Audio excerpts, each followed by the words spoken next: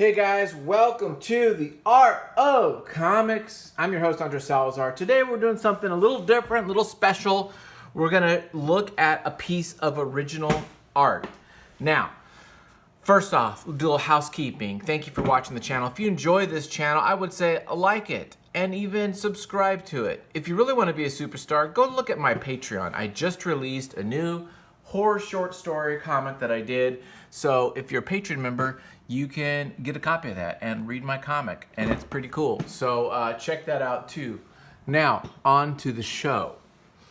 This is a page, original page of comic book from Justice League Europe, issue number 17, page 19. And as you guys know, I'm a huge fan of Keith Giffen. This is done by Bart Sears is the penciler, and Randy Elliott is the inker. And we got to say, Randy Elliott does a great job of inking.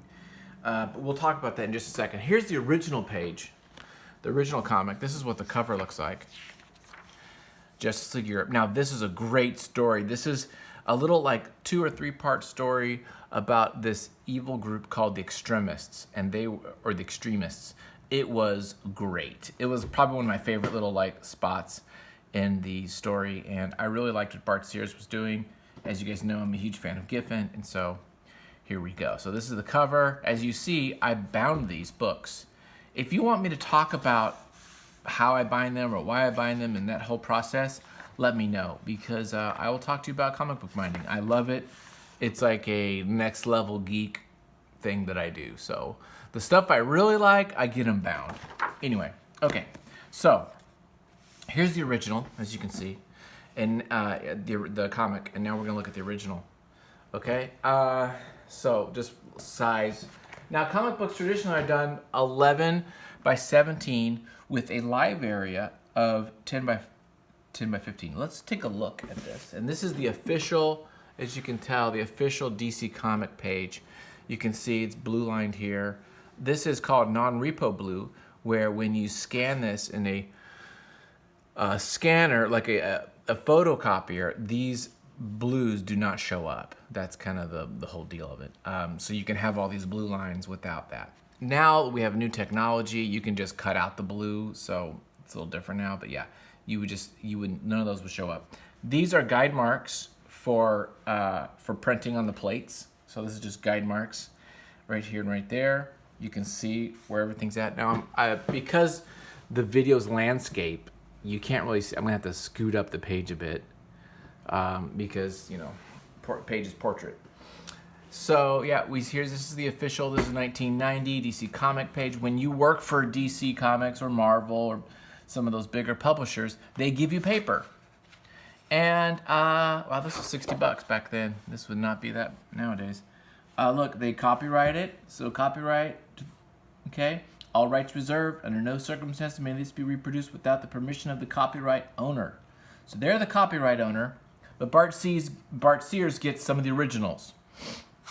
And I would say this is like a Bristol. This is like, you know, a Strathmore Bristol. Let me look here. While we're here, I can take a little gander at my Bristol board. So this is what I use. Okay, let's take a look at this and see how it feels. Difference. Actually,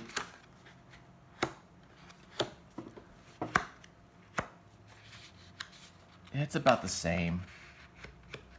This might be a tiny bit thicker. What is this?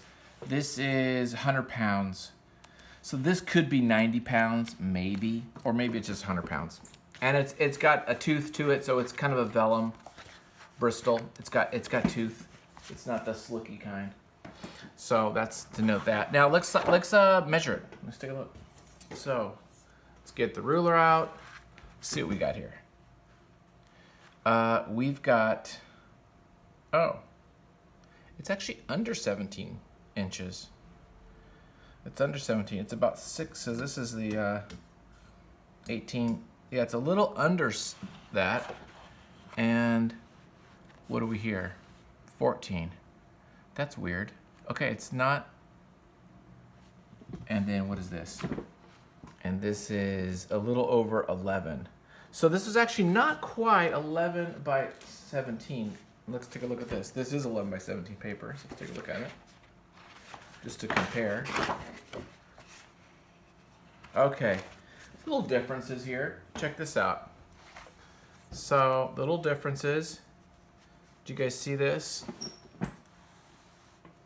So, this is a little wider than 11 inches, probably 11 and a half inches, and it's a little shorter. So it's not quite 17 inches.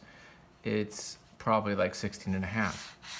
That's interesting. Now let's look at the live area. So I'm interested in that because traditionally we always do 10 by, yeah, it is 15. So this is 15 inches and this should be 10. 10, but yeah. So live area is 10 by 15 like usual, but the actual paper that DC makes is a little different. I wonder why that is. I'm gonna assume because of this, because this way you have an even border here, whereas with the 11 by 17, your borders are a little bit thicker on the top and bottom. Okay, now let's look at the comic. Let's look at the artwork, because that's kind of like what we like to look at. And let me say, starting off, you know, this is it's not a perfectly aligned 6-panel grid, is it? Can you guys see that? You guys see the differences here? Look at this. You see how this doesn't match up quite right. And I don't know why that is. Usually you would think, well, okay, he's just gonna do it perfectly and he'll do the borders of the panel and then he'll like put stuff in. And I don't know what his thinking was. I don't know if he just felt like, okay, I need more space for some of these panels here to get everything in. And therefore this is a profile close-up so we can like mash this in. I'm not sure.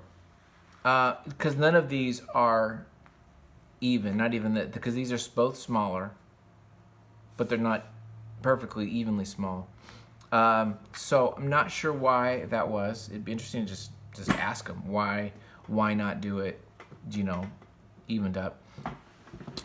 As for the ink itself, you can tell that the borders were done with a different tool. Borders looks like some kind of a felt marker, not a rapidograph. Some kind of felt marker. And then this, of course, is crow quill here. And then there's some brush you can see. And he's using a nice black here. You know, this is 1990 to, yeah, this is 30 years old. You know, it still looks pretty good. You can see he's using a brush here. He's using a crow quill here, like a little Hunt 102 for the eyes and the crow's feet, stuff like that. For the beard, looks like he's using a rapidograph for this stuff. So Elliot's using a bunch of different things. Randy, I think what was it? Randy Elliott. There's some great detail here though. This is all really fine work here that he's having to do. You can see the pencils underneath. He erases it, but not too hard, because then your ink is gonna take off with it too. So he erases it, but there's still some stuff you can see there. And also you can notice the lettering. So sometimes you'll see lettering done on paste ups. They'll put them on these like white kind of like stickers. But this is on the board. This is, you can see the lines, you know, that they're doing this on. In fact, why don't we just zoom in a bit and I can show you real quick what I'm talking about. There we go. Is that a little bit better for you guys? Okay, so as we look at this, you can see here the pencil. Actually, the pencil lines, these are pretty strong. I don't know why these are still there, but you know, clearly they get taken out. But look at this. Can you see here the lines that were used by the letterer to even out the lettering? So check this out. Their powers, weaknesses, personalities, even their taste in movies. If you know it, anything might be useful.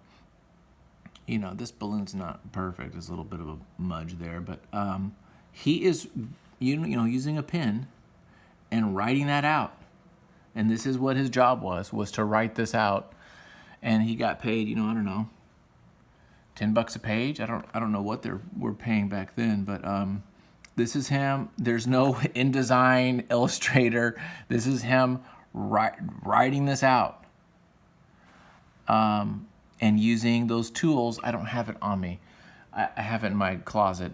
I don't have time to find it, but I'll show you. If you guys want to learn a little bit about the lettering, there is a tool. It's actually really cool that I started using for some of my work, where you can like hand letter stuff, and it creates these lines, because there's actually a pattern to it. It's not just perfectly lined up. There's actually a spacing difference there between these lines.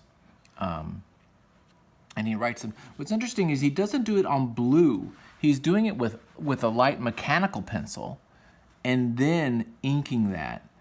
I don't know why he doesn't use like a blue leaded mechanical pencil for those guidelines. I don't know. That's something you'd have to ask the letterer on that. But just some really nice, these are really nice lines here. These curves, these are very nice curves. That's hard to do, you know? And you kind of got one shot at it. I don't see a lot of white out. I don't see a lot of mistakes. This looks really clean and really done well. There's a couple here for the balloon, but very few. Considering so much work is going here, there's a little bit here on the border too, but there's not much going on for mistakes. There's Power Girl. Gotta love Power Girl, dude. You know, all these curves and stuff done really well. Yeah, there you go. This is just kind of wanted to share this. I thought this was going to be fun to like study, you know, look at the original art and see this. Another great reason why we like those, you know, big artist editions is because you can kind of look at it and see how they did it, you know, and look. But nothing's better than the actual page, I think, because you can feel the texture, you can feel the different types of ink. You can see use 2 different inks here, stuff. So there you go, guys. A little video. Thought it would be fun to check out. Let me know what you guys want me to talk about. Put it in the comments below. I will chat it up with you, and we'll have a new video on Saturday. And there you go. So thanks for watching, and take care, guys. Bye. Take care.